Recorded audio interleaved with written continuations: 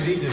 I'm Joshua James. I live here in Fayetteville. I'm also an instructor at Fayetteville Technical Community College. I teach English there.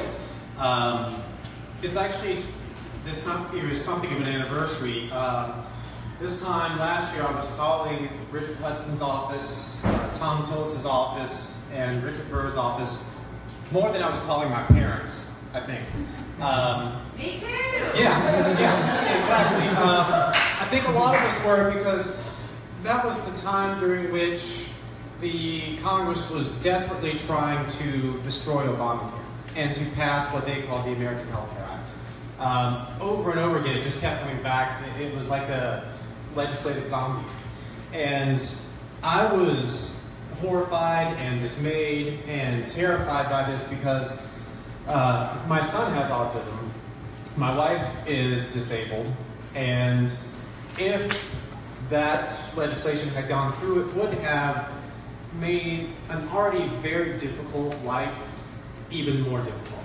But you know, those calls to Richard Hudson and Tom Tillis, it did result in something, because just a few days ago, Apple was able to buy back $100 billion worth of shares? I can't remember. But that was the result of my calling, probably, was that Apple was able to buy back that much of their shares because of the tax break.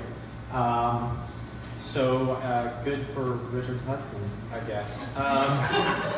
You know, that was what resulted. That enabled Apple to do that. That enabled all of these companies to create all of these jobs that we're seeing just falling from the sky, trickling down, just like rain of opportunities. But that's the issue. And this evening I'm here to talk about the Poor People's Campaign.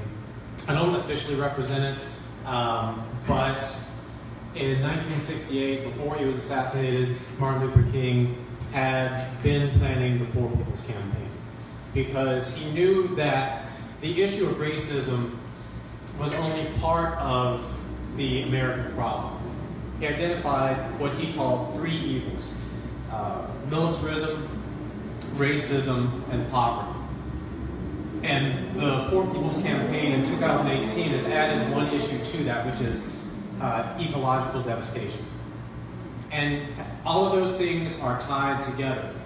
And all of these issues that everyone's been speaking about this evening, access and discrimination and poverty and gun violence, all of those things are wrapped up together in a much bigger problem. The fact that so many of us have become activists since the fateful election in 2016, we can't just stop if we take back Congress, if we get a Democratic president in 2020. Because even with that, these issues don't go away. I don't know if you noticed, but the election of President Obama didn't solve race, even though there was that post-racial discussion for a few days, at least, after the election. None of the elections solve anything necessarily, because all of these issues are ingrained in the United States. We need a revolution of values more than anything, because this pseudo-morality, this Christian nationalism that we have, that values weapons but doesn't value healthcare, that values the proliferation of nuclear weapons in the United States but doesn't value the homeless that are here in Fayetteville. Those things are a much bigger problem. And if we are going to talk about values, we need to make sure that politicians know what our values actually are. The fact that 86,000 Hondurans who have enjoyed temporary protected status are now going to lose it within a few years. 300,000 people so far in this administration have lost temporary protected status, because ultimately that satisfies notions of white supremacy. That's my opinion. I'm not saying that everyone believes that, but that's what it is. We're not kicking out people who have come here from European nations or anywhere else, but we are kicking out people of color over and over again, even if they've been here for 20 years. So all of those things are connected together.